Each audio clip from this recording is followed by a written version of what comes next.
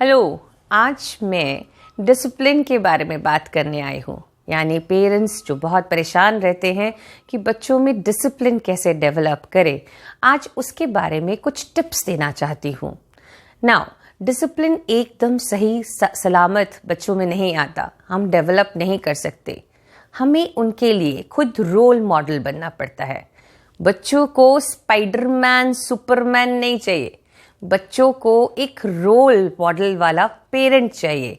यानी एक ऐसे माँ बाप जो अपनी रोज की जिम्मेदारी ठीक से निभाएं, अच्छे माता पिता बने, अपने माता पिता का खुद ध्यान रखें और एक सही तरह की रिस्पॉन्सिबिलिटी पूरी करें।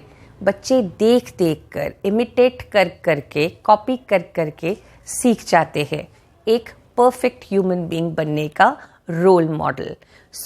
हमें एक अच्छा रोल मॉडल बनना चाहिए। नंबर 2, सबसे पहले ये ध्यान में रखिए कि हमें उनके साथ एक कनेक्शन डेवलप करना है। यानी हम कनेक्ट होंगे, उन्हें महसूस करेंगे, उनके लिए समय निकालेंगे, तब हम उनको एक पॉइंट्स बना सकेंगे, उनके अंदर डिसिप्लिन ला सकेंगे। यानी connection is the main element. ये बात ज़रूर ध्यान में रखिए कि हमको एक इमोशनल बैंक अकाउंट खोलना है, उनके अंदर, उनके दिल की गहराइयों को छूना है। जब तक हम उसमें कुछ डालेंगे नहीं, हम कुछ भी विड्रॉ नहीं कर सकते। यानी अगर हम सिर्फ विड्रॉ करते रहेंगे उस बैंक अकाउंट से और कुछ डालेंगे नहीं, यानी समय नहीं देंगे, खेलेंगे नहीं, मुस्कुराएंगे नहीं, उनकी बात सुनेंगे नहीं, तो आप उम्मीद मत कीजिए कि वो डिसिप्लिन फॉलो करेंगे। So number 2, the emotional bank account along with connectivity is the most requisite element to build discipline in the child.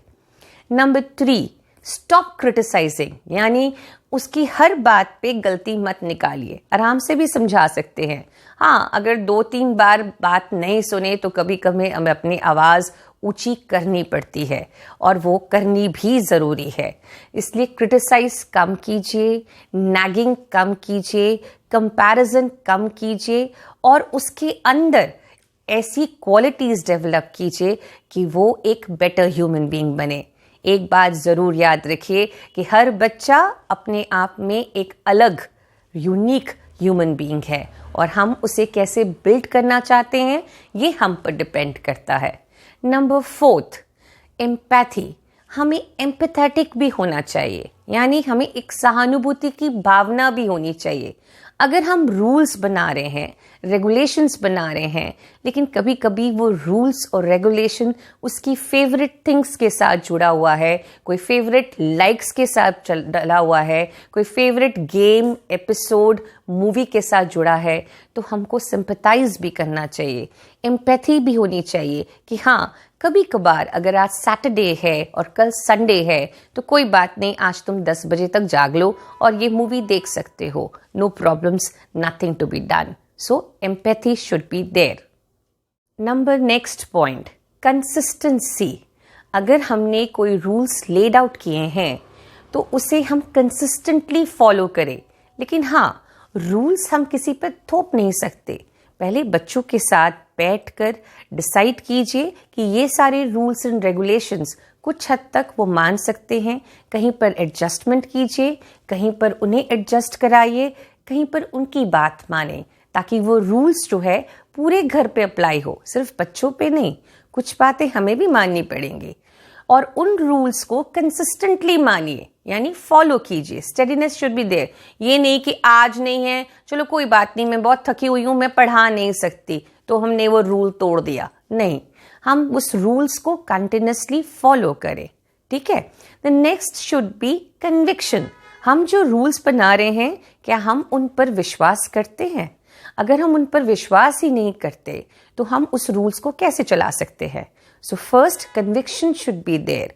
There should be firmness कि अगर मैंने तुम्हें ना बोली है तो तुम्हें ये बात माननी पड़ेगी। और उस बच्चे को ये पता होना चाहिए कि ये बात मम्मी या पापा नहीं मानेंगे। हम घर से बाहर निकल रहे हैं, हम फलानी जगह पर जा रहे हैं, उस आंटी के पास जाकर तुम्हें नमस्ते बोलनी होगी, तुम्हें थैंक यू भी बोलना पड़ेगा, बिहेव करना पड़ेगा, कोई भी चीज़ वहाँ से उठाकर नहीं लानी और रास्ते में ज़बरदस्ती की कोई जिद नहीं मानी जाएगी। ये बात उसको पहले से पता होनी चाहिए। यानी there should be a firmness of no to the children. Next point, इन सब के अलावा थोड़ी मस्ती भी होनी चाहिए। बच्चों की बातें सुनिए। बच्चों के पास बहुत सारी बातें होती हैं, लेकिन उनको होता है कि हम किसी तरह अपने पेरेंट को या कोई सुनने वाला होना चाहिए जो हमारी बात सुने। हमें कई बार लगता है कि ये कुछ बातें बेसिर पैर की होती है, कोई मतलब की नहीं होती, हम ध्यान नहीं देते। पर एक बात याद रखिए, ध्यान से सुने। उन बच्चों की उन बेसिर की बातों में भी कई बार बहुत गहराई होती है। अगर हम उन बातों की गहराइयों को समझेंगे तो हम अपने बच्चे को ज़्यादा अच्छा समझ पाएंगे। इसलिए ध्यान से सुनिए। सुनना भी एक बहुत बड़ी कला है। नेक्स्ट, हमें पेशेंस होनी चाहिए, टॉलरेंट होना चाहिए। हर बात उसे गलत साबित करके अपने आप को महान नहीं बनाना। कभी कभी अभी उनको ऊपर उठा कर कि नहीं, तुमने जो बात कही वो ज़्यादा सही थी, मुझे तो ये बात आती ही नहीं थी। इसमें हम उनको सुपीरियर बनाकर उनको एक बेटर रास्ते पे ले जाएंगे। इसलिए उन्हें भी महानता की पद दिखाइए, उन्हें महान बनाइए। कहिए, हाँ बापू, तू मेरा बापू है। ठीक है। तो नेक्स्ट स्टेप, इसके अलावा हमें उनके अंदर पैशन डेवलप कराना है। हम कहते हैं मोबाइल के गेम्स, कंप्यूटर गेम्स बच्चों के लिए नुकसानदेह है। नहीं है ज़रूर है। अगर वो बहुत हाइपर एक्टिव है, अगर कंटिन्यूसली 4-6 घंटे वो मोबाइल गेम्स खेलता है, then it's really very harmful. लेकिन अगर हम उसको एक टाइम लिमिट के साथ उसको एक अच्छे गेम्स यानी पैशन ओरिएंटेड गेम्स देखें पहले कि उसके अंदर कौन सा स्किल है, कौन सा पैशन है, वो डेवलप करवाएं और उससे जुड़े हुए गेम्स खिलाएं, तो बच्चा आप बहुत ज़्यादा आगे जाकर डिसिप्लिन भी बनेगा और सक्सेसफुल भी बनेगा। सो पैशन ओरिएंटेड गेम्स होनी चाहिए। इसके साथ साथ फिजिकल एक्टिविटी भी होनी चाहिए। All work and no play makes a Jack a dull boy and this really applies. So बच्चों को पढ़ाई के अलावा उसका एक अलॉटेड टाइम पीरियड होना चाहिए जिसमें बच्चा खेले और उस खेल में आप भी शामिल होइए। आप भी हल्के होंगे, आप भी खुश रहेंगे और आपको डाइटिंग करने की भी ज़रूरत नहीं पड़ेगी। ये बात से यकीन रखिए।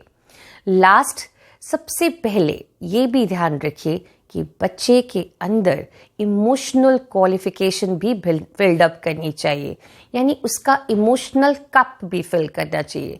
Sympathy, fun, laughter, humbleness, kindness, ये एट्रीब्यूट्स वो अपने आप डेवलप नहीं करेगा, वो हम डेवलप करवाते हैं।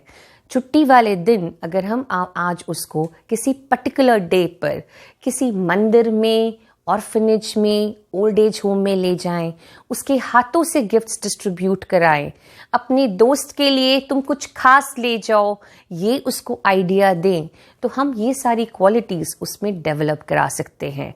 आज हम छत पे जा रहे हैं, टेरेस पे, चलो पौधों को पानी डालो, गार्डनिंग सिखाइए और पक्षियों को दाना डालो, ताकि उसे ये भी पता चले कि एनवायरनमेंट के साथ रहना हमें कैसे आना चाहिए।